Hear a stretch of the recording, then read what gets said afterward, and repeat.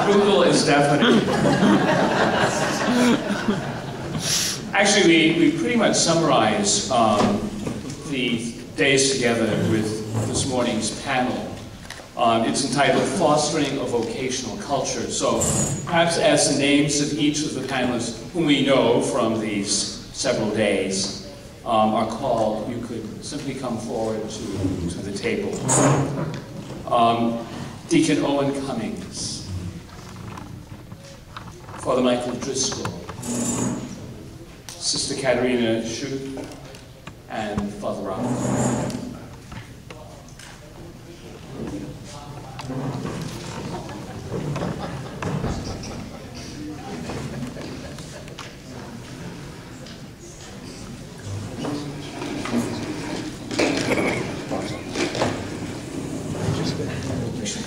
You should probably be on the stage.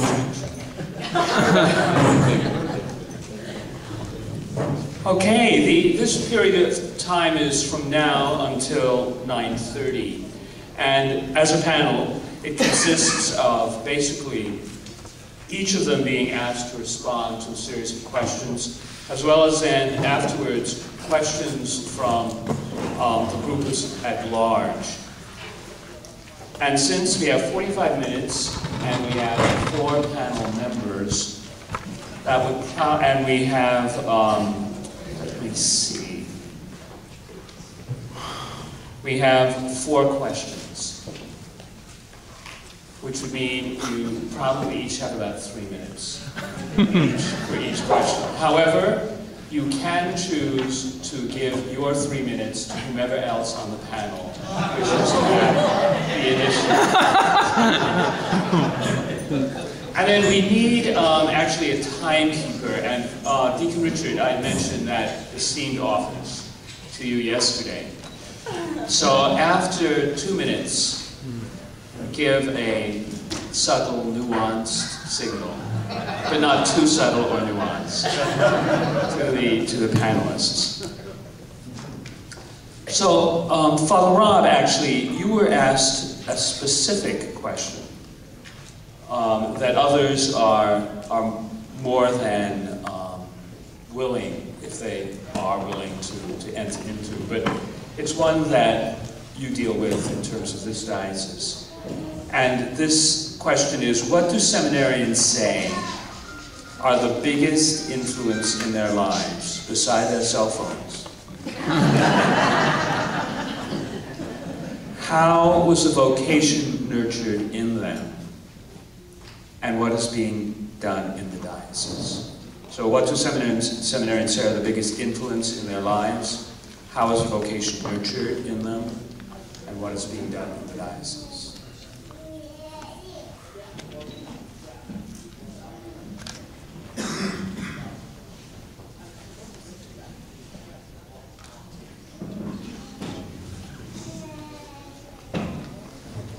Okay, well, it may come as no surprise to you that there's no one right answer to this question. I did poll some of our seminarians and asked them these questions, and I wanted to begin by just giving you a beginning of one of our seminarians' answers. And it's this: most sincerely, I would definitely put my parents in this category as a couple of extraordinary commitment, as a couple of extraordinary commitment as parents. They have been so influential in my life in numerous aspects. They have helped me to grow in so many ways, spiritually, emotionally, and mentally. They have given me models for so many Christian virtues. I cannot thank them enough for all they have given me. He goes on to say, I would say it has been nurtured since early on in my childhood, insofar as I was given an authentically Christian upbringing. My vocation was nurtured not directly, as if I was getting ready for priesthood early on, but indirectly in the sense that I was being formed to be able to hear and respond to the call of God in my soul, whatever it may be. Just a quick segue from there. A quote from our Holy Father when he was in the United States in 2008. He says, programs, plans, and projects have their place, but the discernment of a vocation is above all the fruit of an intimate dialogue between the Lord and his disciples. Young people, if they know how to pray, can be trusted to know what to do with God's call. So as I continue to reflect on our seminarians and who they put, really the answer is so broad. As he goes on in his he refers to numerous priests who have been models of the sacraments themselves as brought into this place, teachers, as Catholic institutions, as academics, seeing people make sacrifices in their lives, in other words, people living out holiness. Another seminarian talked about religious community that his family was close to and how they influenced his life.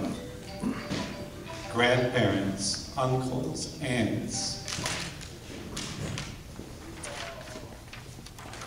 Others, family and friends, spiritual directors.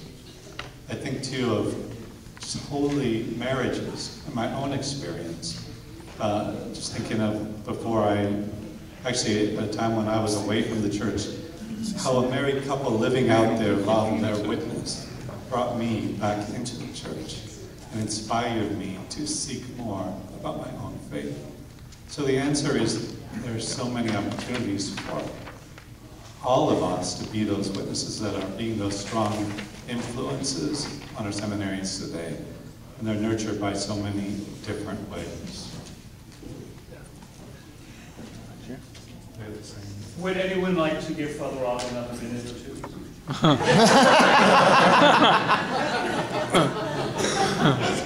Let the floor sort be seated 2 minutes. So, if I could, do you want me to continue on that question? Or? How is the vocation nourished? I think you've been mentioning that. And what is being done in the diocese?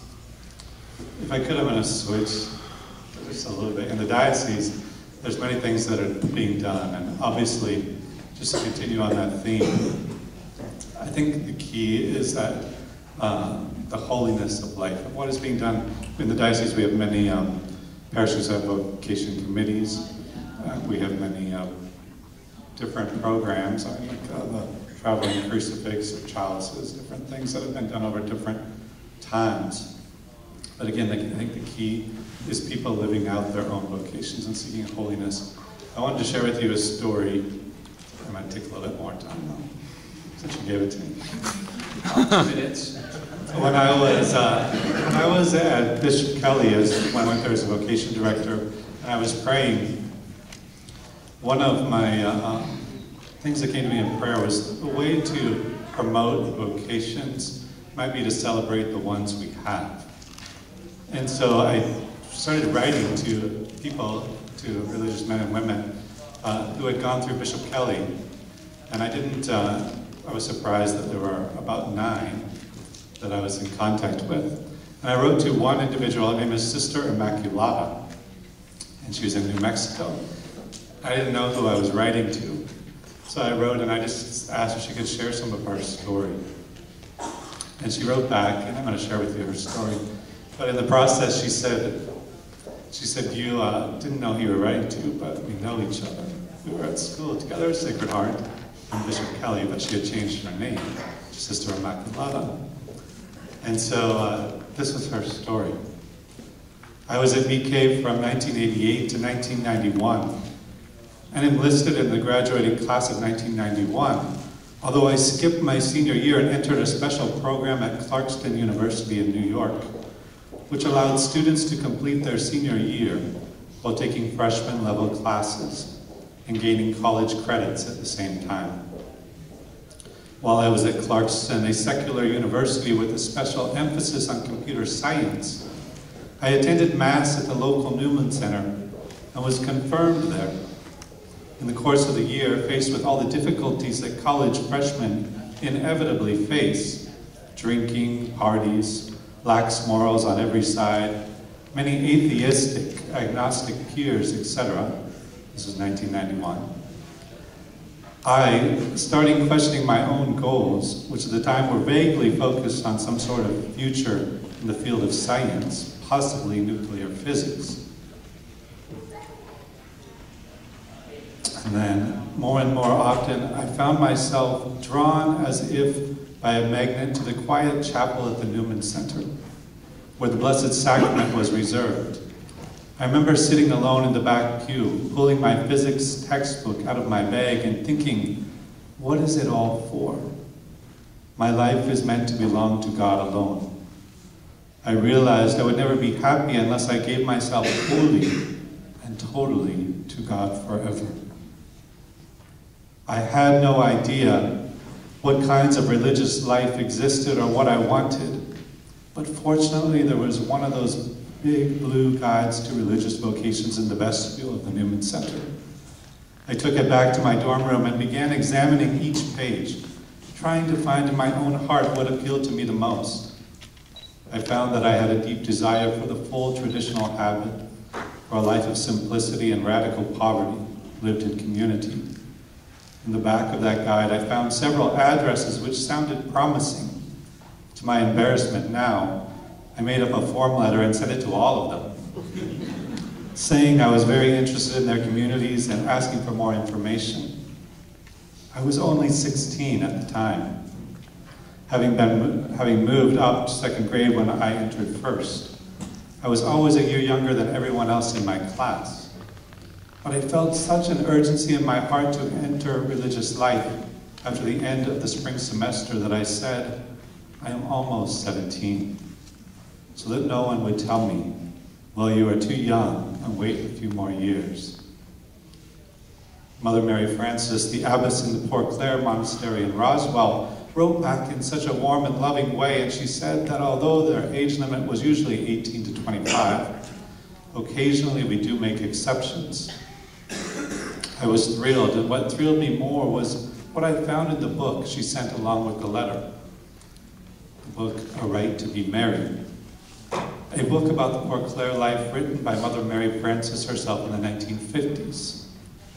The description of the life, the joy that literally burst forth in every word, and the utter genuineness of this Poor Clare community as described in this little book won my heart totally. And from then on, I knew deep down where God wanted me. In the meantime, I had already applied to several other universities for the next year before I had begun thinking about religious life. And when I went home for Christmas vacation, my dad told me I had been accepted by Georgetown. Although I had really wanted to go there, the news of my acceptance didn't do anything to me. And I even surprised myself by my own lack of reaction. I realized it was another sign that nothing would satisfy my heart except God alone. And I honestly no longer had any more ambitions other than His will for me. That summer I traveled to Roswell for an interview and entered the monastery on August 15, 1991. I made my first profession of vows in 1994 and solemn vows in 1997. I have never for a single moment regretted my decision and only wish I could tell the whole world what happiness lies in religious life. So this is a story of just a local young woman, but there's more to this story that I want to share with you today. In this response back, she made a request of me. And she said, would you go and visit my parents? Because my parents live in Boise, and they've struggled with my vocation. They've struggled because they don't think the church values my vocation as much as I do. And she asked if I would just go see them, so I did. And I went and showed up where they work, because they owned a little business. And I said, your daughter has sent me to you. And they said, do you know our daughter? And I said, yes. And she's in a cloistered convent, so she can't communicate as easily. And when I started talking about her, that I knew her, their faces just lit up. And I talked to them about how important her prayer was for my ministry, for the church. They continued to just brighten. And so we had a great visit. Subsequently, I get a call from Sister Immaculata. When you get a call from a cloistered convent, you know something is serious. And so it was serious. She called and said, thank you for visiting my parents. My mom has been diagnosed with terminal cancer. Would you go and anoint her? And so I did, and in the process, I found out her dad was not Catholic. And he talked to me, and in our discussion, we talked about his experience of his daughter going to the convent. He said, I know what I'm preparing for with my wife, because my daughter has entered this cloistered convent. I haven't been able to see her for many years because we are poor, we haven't been able to go and visit her. But I know she's happy, even though I can't see her. So I know what I'm preparing for with my wife. And his request was, is there any way you can help me to become Catholic before my wife dies? And so they moved, but in the process I was able to connect them with other people, and he was able to become Catholic before his wife dies. His wife died. Subsequently, Sister Immaculata's younger sister is now trying to enter the same convent, needing to pay off her college debt. And I share this story with you. This all began with me trying to just connect with somebody who had a vocation story. And God had used it not just for influencing others, but for influencing my own heart, and for just seeing how God's plan unfolds when we are really looking into what God has for our lives, when we are really pursuing and celebrating the vocations that we all have. Thank you, Father Rock.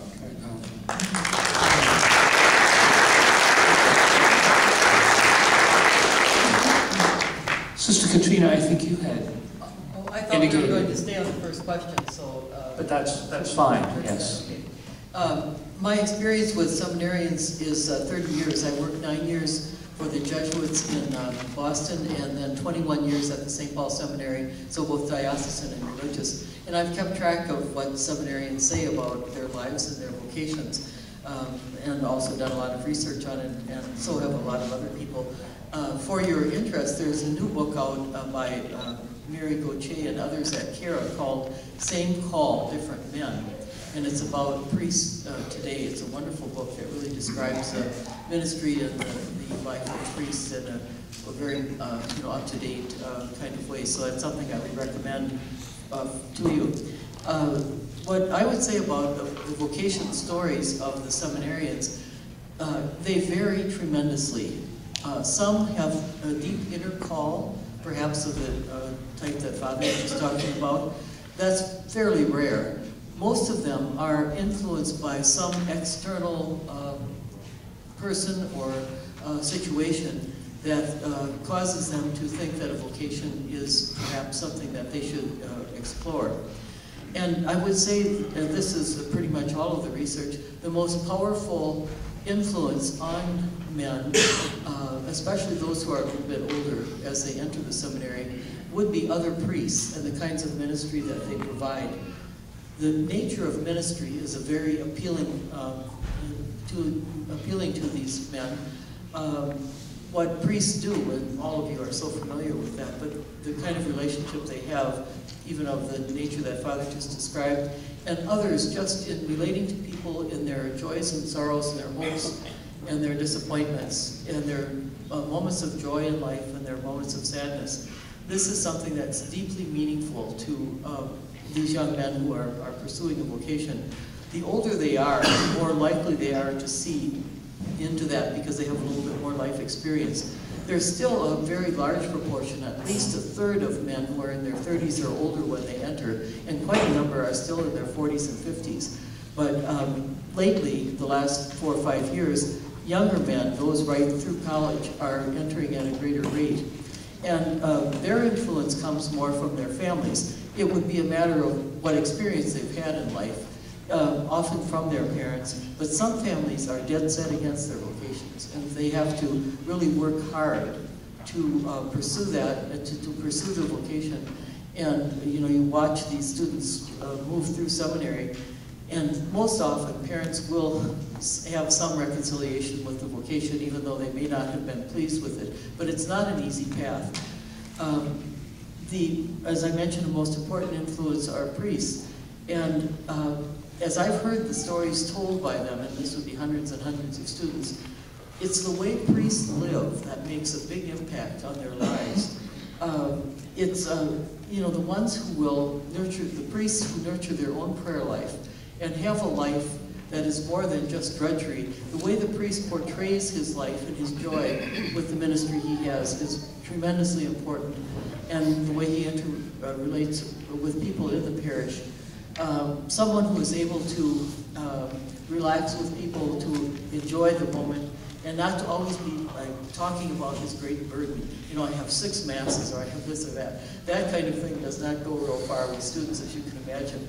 So those are some of the things that I think are rather important. One of the specific, and maybe this comes with a different question, but I'll mention it now while I'm thinking of it.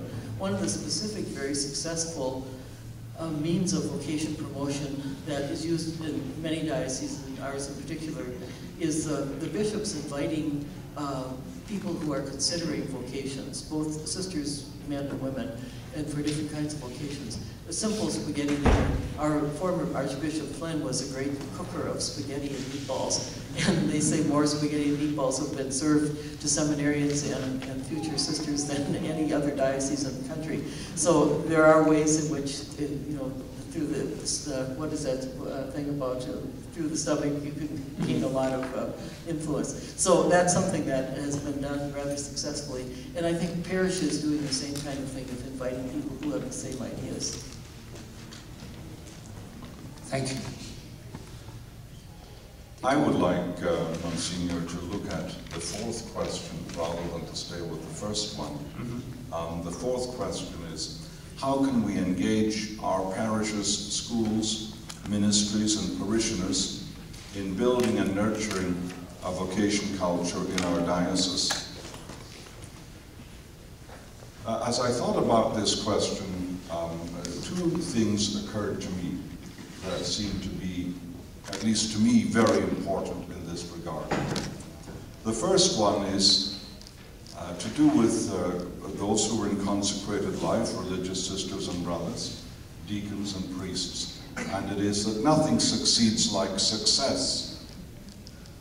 Nothing succeeds like success. That's my paraphrase of the great Irenaeus' in the 2nd century, his comment, Gloria Dei vivens homo. The glory of God is the human person fully alive, instinct with life. That's what I mean by success. So if we want to engage people in considering a religious vocation or a diaconal or presbyteral vocation, successful people who are in these vocations seems to me perhaps the most obvious way to attract and draw people to those ways of serving in the church. What would I mean by a successful religious sister, brother, deacon, or priest? These are some of the things that occur to me as characteristics of success. What Sister Katarina has already said. People of deep prayer, where prayer becomes a constant in their lives. This awareness of the transforming presence of God that invites adoration, thanksgiving, praise, and appropriately contrition. People whose lives are marked by this continuity of prayer. You can't fake that. You can say prayers, you can attend to your devotions, but to be a person of deep prayer is to live out of that ethos, that awareness of God. And I think that is a remarkably attractive thing about any kind of ministry in the church. Then I would say, people who are happy in their own skins. You know, they don't look as though they're carrying the burdens of the world on their shoulders. They're happy, and you can usually tell. Happy people sometimes smile. That's a very attractive feature. You know, you want to be associated with people. You'll sit down at lunch or at dinner with people who, when you ask them how are you, don't tell you. They just seem happy. They're not going to share all their burdens, because we all have them. You don't have to go looking for the cross, it finds you. So people who are happy in their own skins, people who are collegial and collaborative, who work well with others, who don't feel that ministry is what a sister is doing on her own, or Deacon is doing on his own, or Father is doing on his own, but who recognize it's what the church does on its own, collegially and collaboratively. That's, I think, a good hallmark of an attractive minister. People who are growing emotionally. Formation isn't over until you're planted. And so continuing to grow emotionally, continuing to grow psychosexually.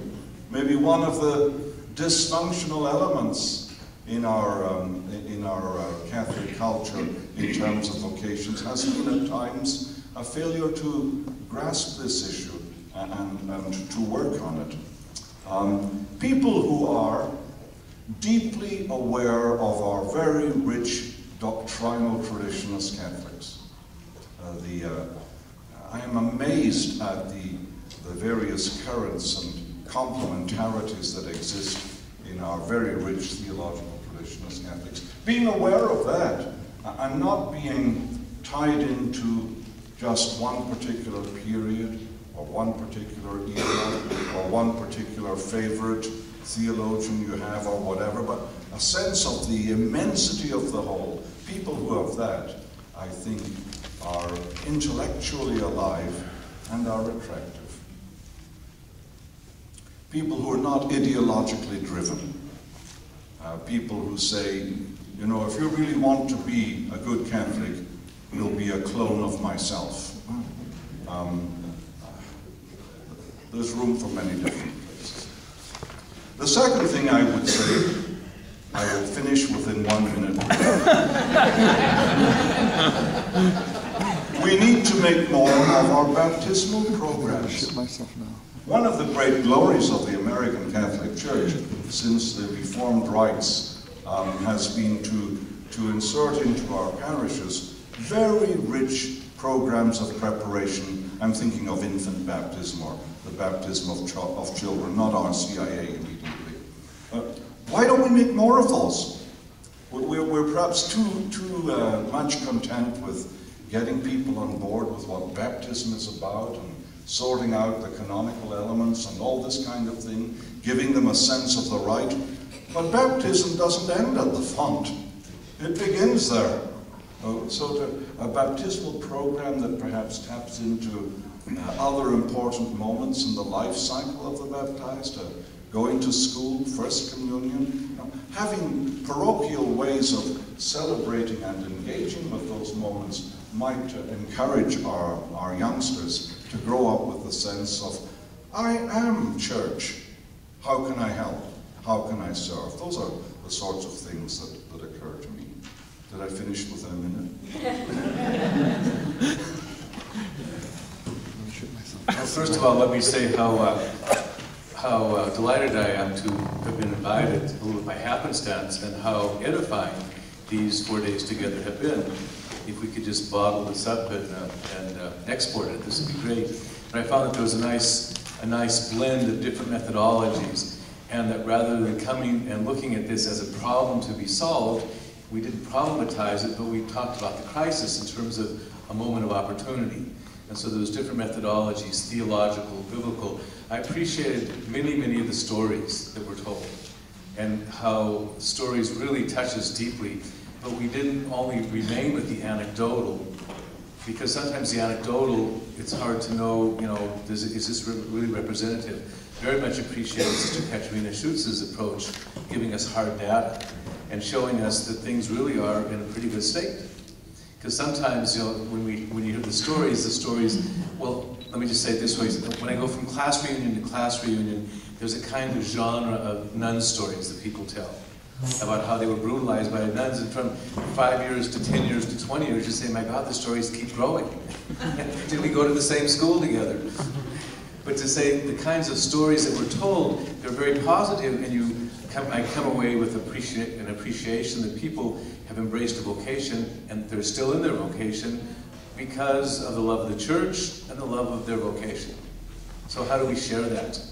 Sister Janet, I think, brought the question home when she said, you have to have a presence.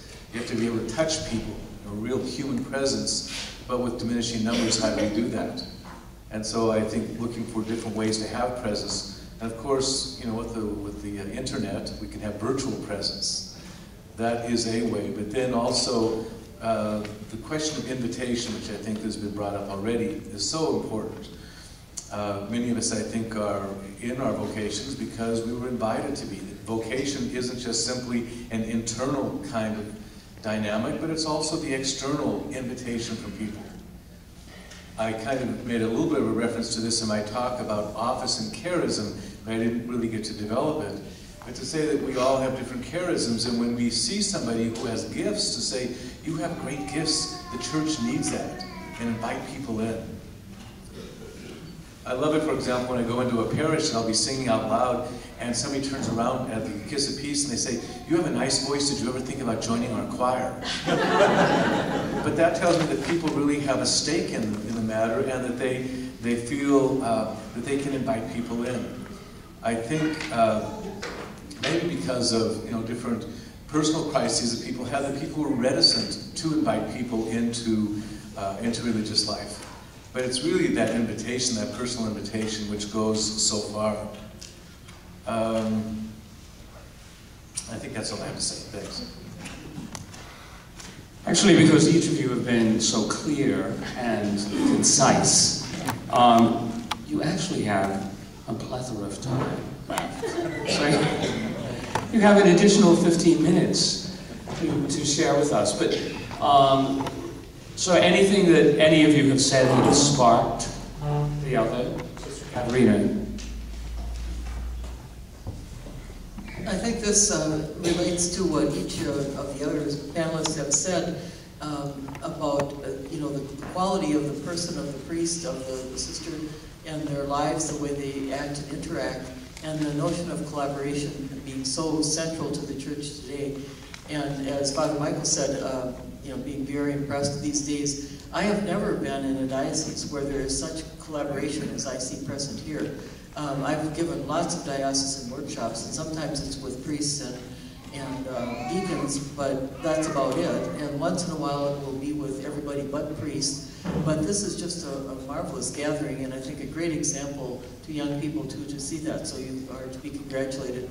And in that book that I pointed out yesterday, and in so much of the research, and I always come back to research, and this is where it's beyond the anecdote, the happiness of priests in their vocation, in spite of the difficulties of these last few years, even recent surveys show that it's in the range of 95% to 97% of priests are very happy with their vocation, and way over 90% would choose the same vocation again. This kind of data being repeated in the newspapers and other media is an indication that there's something really of great value in the vocation that you experience. And I think that that feeling about what you do and who you are as a person in your vocation as a priest particularly is just a marvelous example to a culture where people are so dissatisfied with everything. They've done surveys of doctors and of lawyers and of field workers and others, and the answer would be much lower in terms of their happiness with their vocation, or whether or not they would choose that again. So that kind of thing, I think it picks up on a number of things that have been said.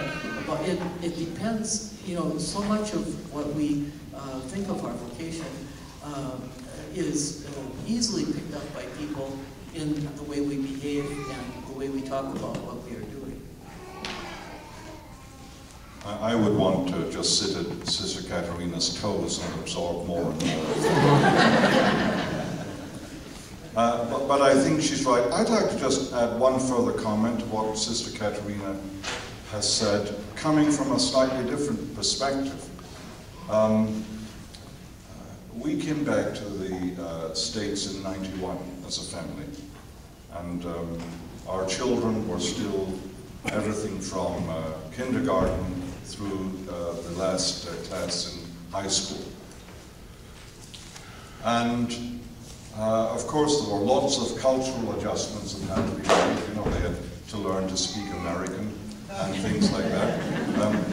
But one of the things that impressed all of us as a family, and they had been back and forth to the States many times because of grandparents, was this: that despite what American Catholics say about themselves and how awful things are, and they're not like the way they were when I was a kid and all this kind of thing, there is a vitality to the American Catholic Church that is second to none.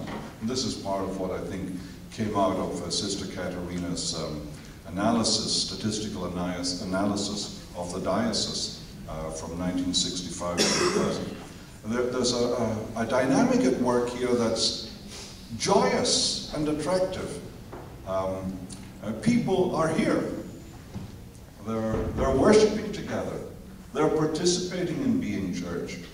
People are involved in all kinds of extra liturgical activities in the church, from Bible groups to faith-sharing groups to you name it, and Catholics are doing it. Not everyone, but it's never been everyone.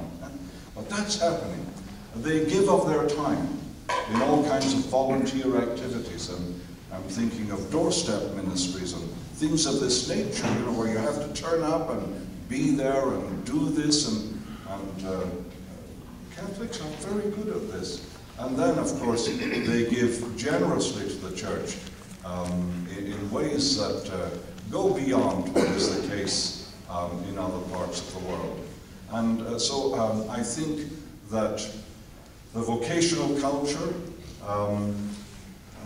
should give itself a pat on the back here in terms of the diocese, and not just this diocese, but other dioceses, especially in the West. There's not much hope for the East of the East of Chicago, that is, right?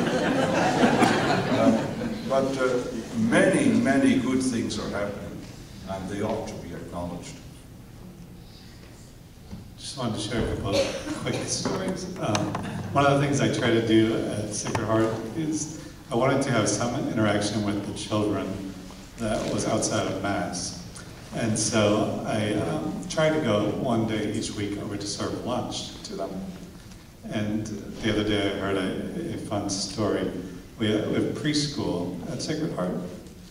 And one of the mothers was telling me that she came to Mass with her preschool the other day. And he was saying to her, "Who is that guy up there?" She's like, "Well, you know who that is. It's Father Rob." And he's like, "No, who is that guy up there?" She's like, "Well, it's the priest, it's Father Rob." And he goes, "No, he's one of our cooks."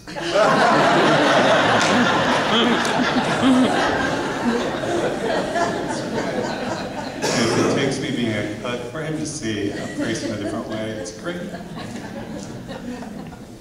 The other story is quickly, when I was in the seminary, a laywoman came to talk to us, and it was a very moving time. She was talking to us about what lay people wanted from us as seminaries, as future priests. And I remember she was talking and she was saying, you know, in the end, we don't care if you're great preachers. In the end, we don't care how your administration skills are really like. In the end, we want somebody to be holy. We want somebody who's going to lead us to God through holiness. And as I think about that and reflect on it, when I think about vocations, and we've heard this week, this is what young men and women want from all of us as well. Examples of holiness. That we can look at you and you will lead us to God, to want to serve, to want to be those disciples of Christ, to seek that holiness and lead others to God as well. For the last decade, I've been developing a program at Notre Dame for pastor musicians. So we have a master's program in sacred music. But one of the questions as we talk to people who are involved in music is, when did you get the bug? And most of them will say, as children.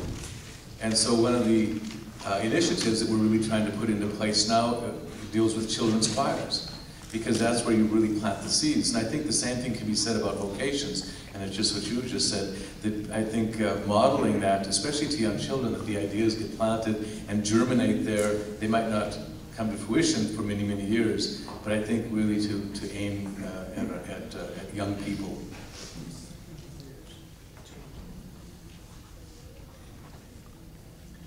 One short comment to elaborate a bit on what Father Rob has said, and also of what Deacon Owen said about universal holiness on the first day.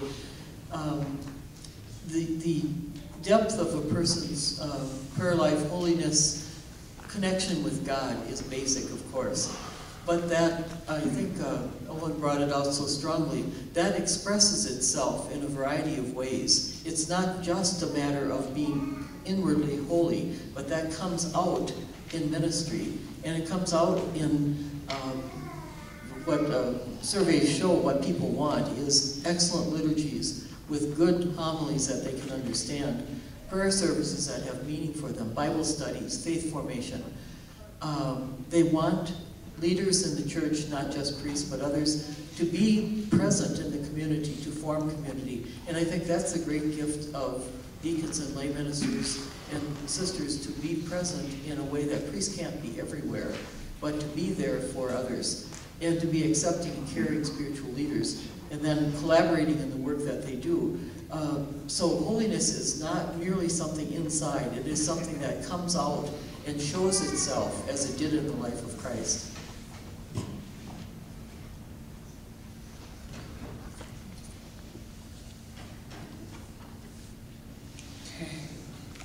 Thank you very much for each of the responses.